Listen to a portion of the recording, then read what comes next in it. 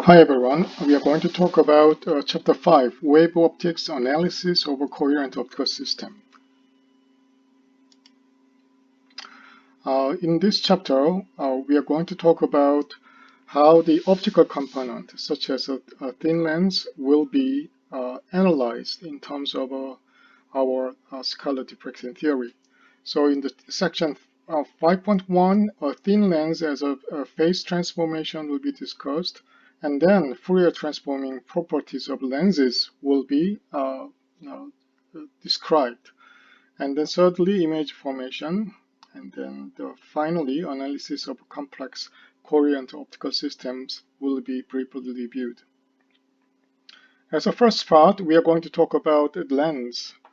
And here we are going to discuss some of the basic properties of the thin lens.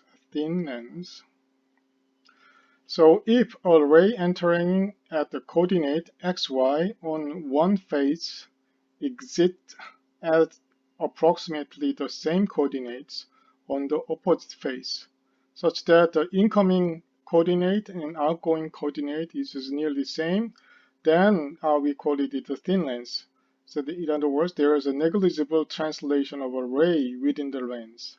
So the ray does not change its path significantly, then we call it a thin lens. A thin lens simply delays an incident wavefront by amount of a proportional to thickness of a lens at each point.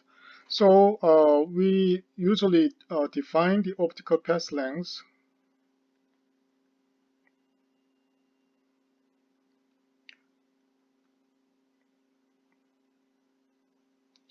and then it is defined by the refractive index times the distance. So, and then it will change the phase.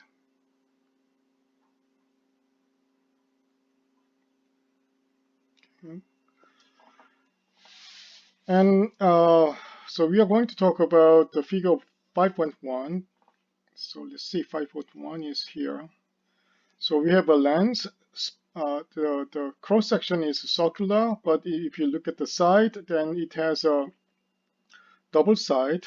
So front curvature and the back curvature, and it is distributed in a certain way that we have a thickness delta is going to change as a function of x and y. So delta will vary over this lens, and then in the middle we have a delta 0, which is the maximum distance between those two planes. Okay. So referring to figure 5.1, the total phase delay.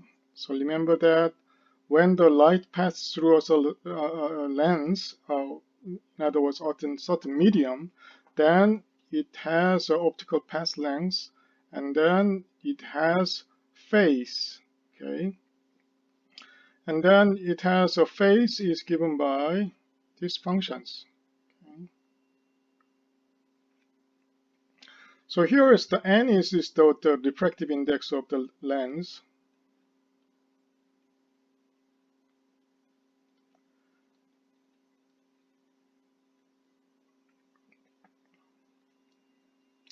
And here is the actually one is the air.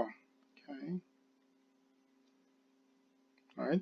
So if you look at it closely, so here is this is the air, n equal to 1, and there's a inside there's a n. So as it move from here to here and here to here, it is in the air, and then inside the lens, the light experiences the diffractive index n. So that's the reason why we get this n here and 1 here, and then we get this type of thing here. Okay, so the phase delay introduced by the lens is actually k times the delta 0 minus delta xy.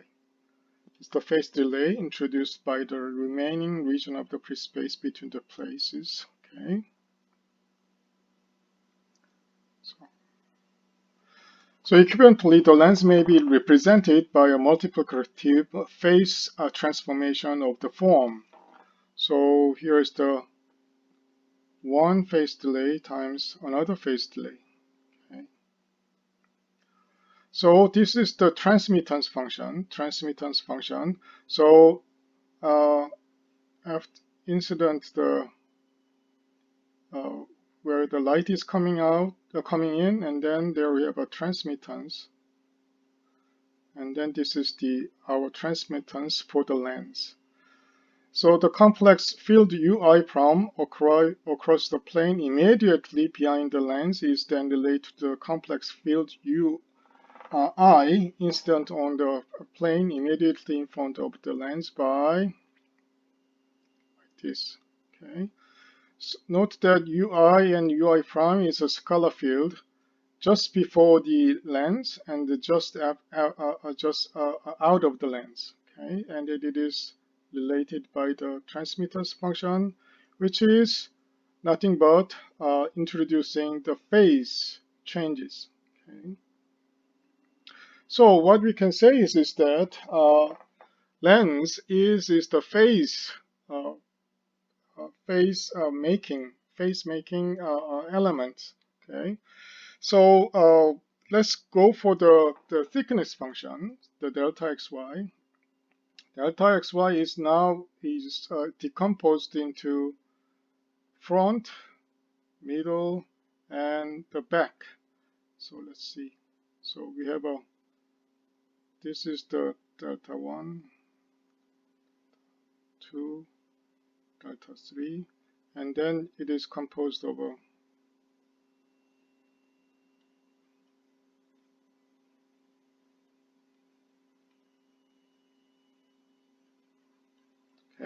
this kind of a lens here. The thickness function is now decomposed into three components. Delta 1 is given in terms of a radius curvature of a front surface. Yeah. Radius curvature of the front lens. And then the radius curvature is given by R1. The back is R2. Okay. And then depending upon xy, and then the thickness is given by this one. Okay. Right?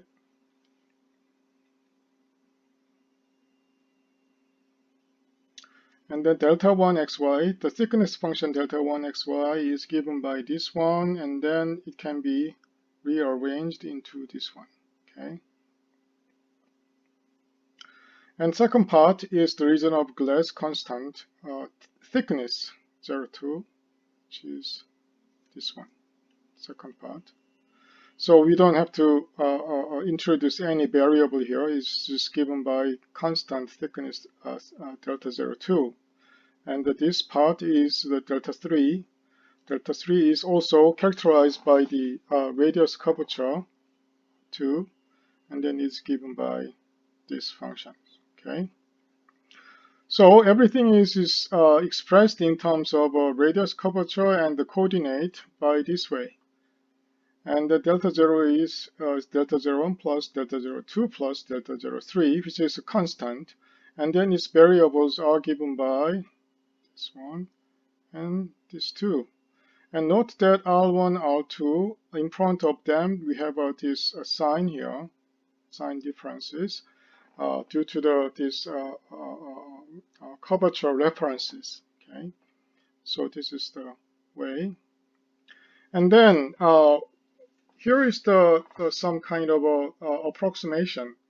So if only paraxial rays are considered, that means the xy is sufficiently small in comparison to R1 and R2, then the square root becomes these approximations. And then the thickness function becomes given by this way. Okay. So if you look at it, it looks a little bit familiar now.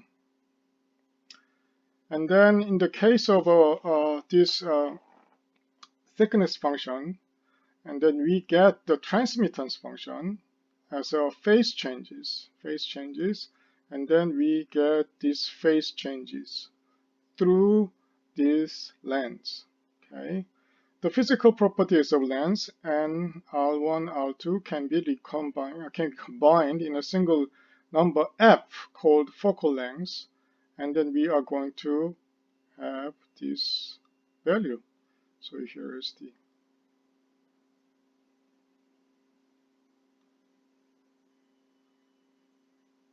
vector.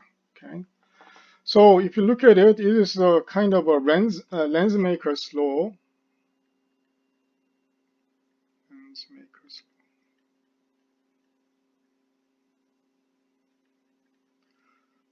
To calculate the focal length for the given radius curvature, front and back, okay, with the refractive index. This is well-known geometrical optics formula. And then if you look at it, this is the case. And in other words, neglecting the constant phase vector, the phase transformation becomes given by this one. So the focal length comes in to the phase variations. Okay. And now we are going to talk about how the lens will actually do for Fourier transformations. So thus far, this is our summary for the phase transformation by thin lens, and this is it. Note that this is the quadratic form, and then this is going to be playing a very important role in the next section. So we have various types of lenses: double convex, planar convex, positive, meniscus, and double concave, planar concave, etc. So depending upon R1, R2, and then we can have a various combination of the lens, and then we can actually calculate the phase transformation due to these lenses, assuming the light is going to incident near the center, paraxial approximation, and then we get this phase transformation by lens. So in other words, in contrast to the geometrical optics, we were calculating, let's say, how the parallel will be focused, and then etc. So that then we can try to get the images, etc. But in this wave optics, we are dealing with the phase changes. Okay, so that's the main difference. But the actual outcomes would be identical for the geometrical optics. So the phase transformation and its physical properties is that for the unit incoming wave scalar field, and then we get this outcome. Okay, so the lens on normally incident unit amplitude plane wave. So that if it is a plane wave, this is the outcome out of this one. Okay. So if f is positive, the spherical wave is converging toward a point on the axis, or distance f behind the lens. If f is negative, spherical wave is diverging from a point on the lens axis, or distance f in front of the lens. Okay, so this is the case. This is the f is positive, then we get the focal point here. And then f is negative, we have a focal point in front. Okay, so this is the two cases. And now let's try to think about how these lenses is actually doing the Fourier transformation. So one of the most remarkable and useful properties of a converging lens is that it is actually performing two-dimensional Fourier transform. Okay, so we may have this is input just before the lens, input separate by the D, and then input out of the uh, uh, uh, uh, after the lens. But all of them has a focal length f, f, f, and then all of them have the nearly same effect of a Fourier transformation. Okay, so this is the Fourier transformation, this is the Fourier transformation, this is the Fourier transformation as well. So if you look at it, look back, we deal with this experimental setup in the beginning of this class, and as you can see here, the object is here, and then it is separated by this distance, and then it is focused here, and then remember that this is where the Fourier transformation is done. Okay, so this is the Fourier plane, which is the focal length of this lens. Okay, so in that lecture, we did not describe this Fourier transforming capability of the lens mathematically, but we are going to do it in mathematical way. So input placed against the lens, input placed against the lens. This is the case 1, case A. So what we are going to do is that the disturbance on the lens is given by ui is given by a times taxy, and then taxy is of course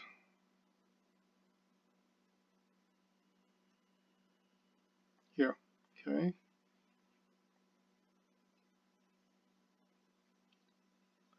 but what we are going to concern here is that the lens itself is a kind of an aperture. Remember that the lens has a finite size, so that if the light is passing here, here, here, here, and then it is not performing any contribution. So only the light coming into this lens is going to change this phase, and then it's going to do the converging, or is going to be the lens functions. So in this case, we have kind of a pupil function. Okay, so it is 1 inside the lens aperture and 0 is otherwise. So that means we are going to only concern the light that passing through the lens. Okay, and then the amplitude distribution behind the lens become ui prime is given by incident times the pupil function times the lens phase transformation. Okay, and then to find the distribution of UF in the back focal plane. So let me just here. So we have to travel along the z equal to f, okay, by scalar diffraction. By scalar diffraction because it works as a kind of aperture, right?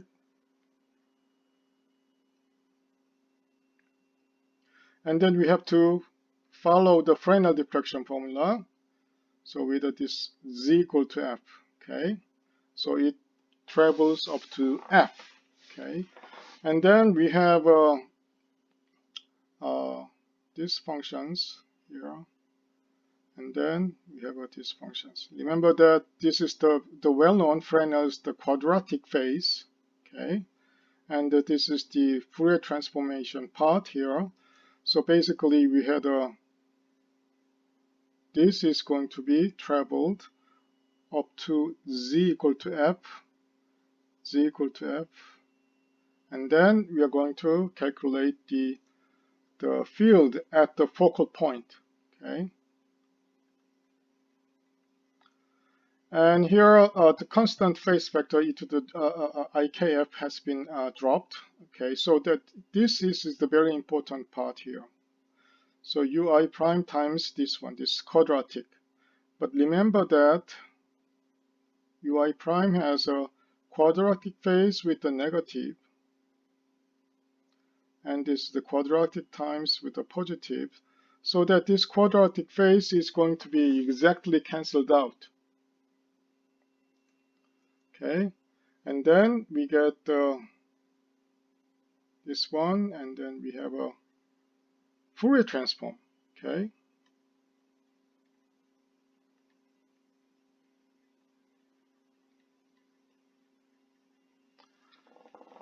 and when the physical extent of the input is smaller than the lens aperture, the factor pxy may be neglected. That means the pxy is the region when pxy is 1 is large enough, and then we can just say that it is 1.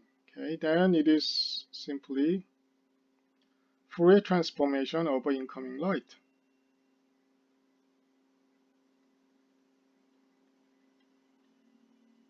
So here is the mathematical derivation, how we can do the Fourier transformation using lens at the focal plane. That means the plane is placed at the focal point. Okay, that is the key thing. So whenever the object is here or there, it doesn't matter. And then it is converging to this focal point, and then by phase transformation of the thin lens, it turned into Fourier transformation at this focal point, okay, focal plane. That is the key thing.